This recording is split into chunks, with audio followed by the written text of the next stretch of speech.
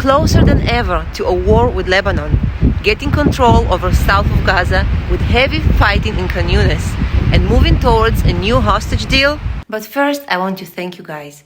Many Israelis struggle to provide basic food for their families.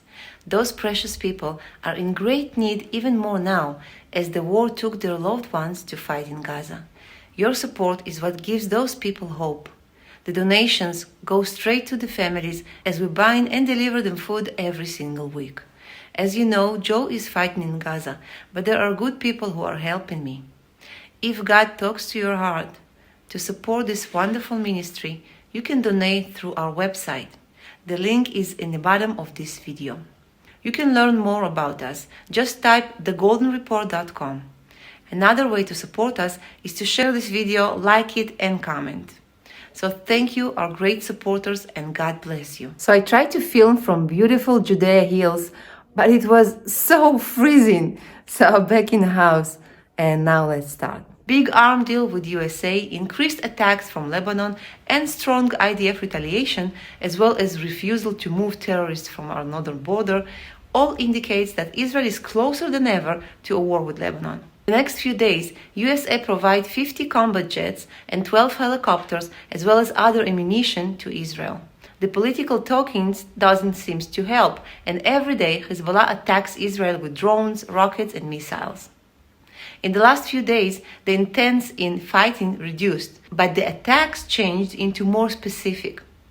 Hezbollah attacks our military bases, causing temporary damage to intelligence equipment. The IDF not only retaliated, but also initiated attacks on Hezbollah.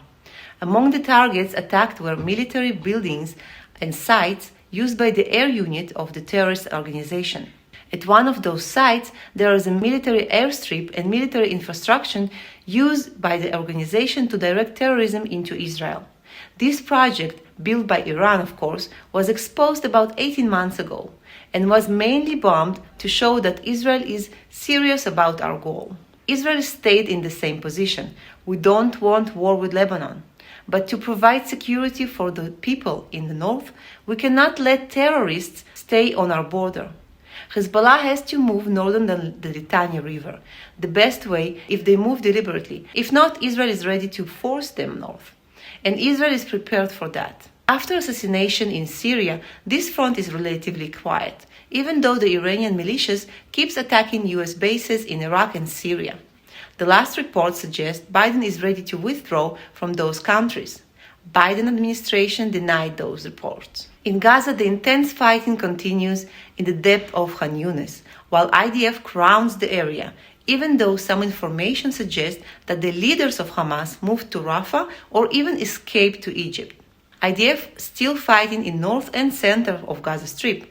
The latest reports is that the area of the border of Gaza Strip with Israel will be cleared of houses about 1 kilometer wide.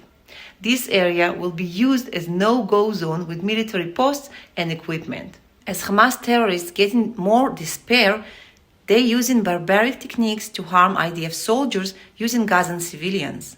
Many elderly or disabled people that were left behind in the war zone were found tied up, abused in bad conditions, sometimes days without food, water, or ability to move. Some of those people say Hamas terrorists dressed as IDF soldiers came and forced them to stay. Sometimes tied them to chair or bed, sometimes scared them with weapons, and told them to say IDF did it to them. Maybe this is another lie Hamas trying to accuse Israel of. They already say IDF stole close to 100 kilos of gold and jewelry from Gazans, saying IDF soldiers shoot civilians unprovoked, while in fact Hamas shooting and abusing their own, stealing aid, food and drugs to sell them on the market. This week, a deal to provide medicine to Gaza was made, while Israel got Qatar to promise that life-saving drugs would be provided to our hostages.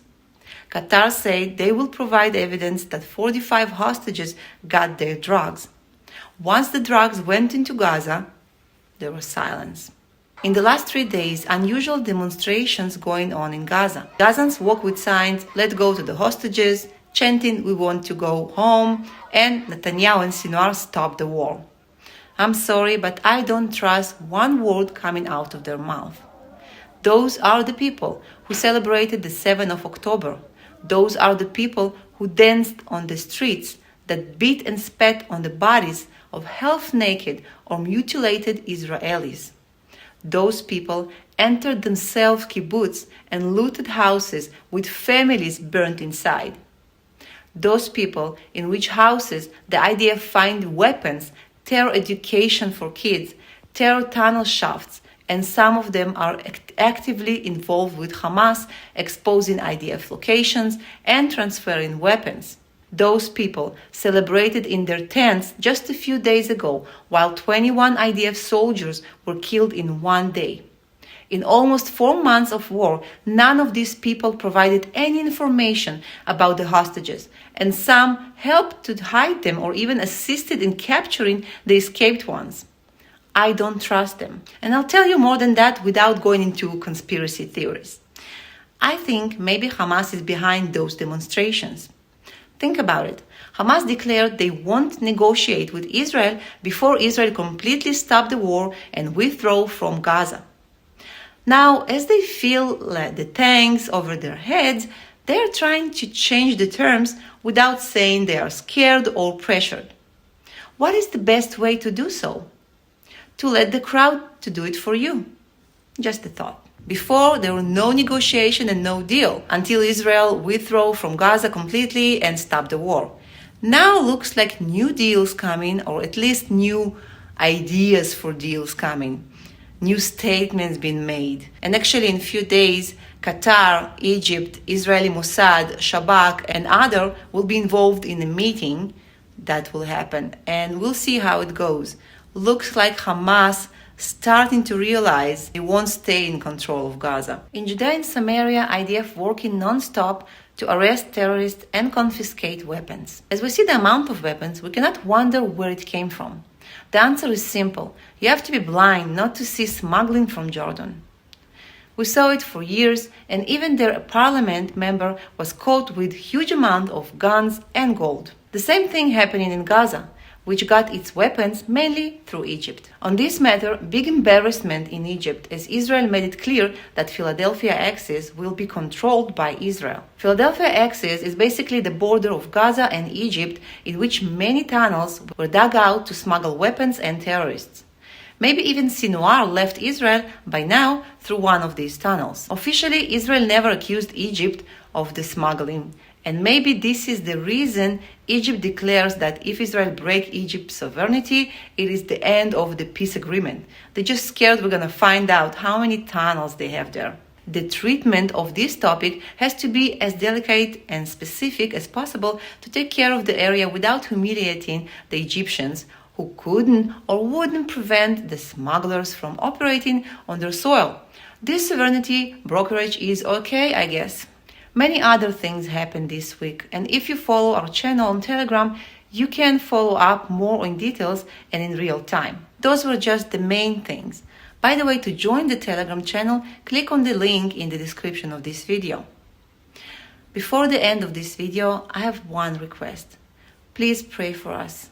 Pray for IDF soldiers. So many were killed the last week. Pray for the nation of Israel, for the crazy lefties in Israel to find the truth. Please pray for the hostages. Whoever is alive has been held for 112 days now in horrible conditions. Thank you and God bless.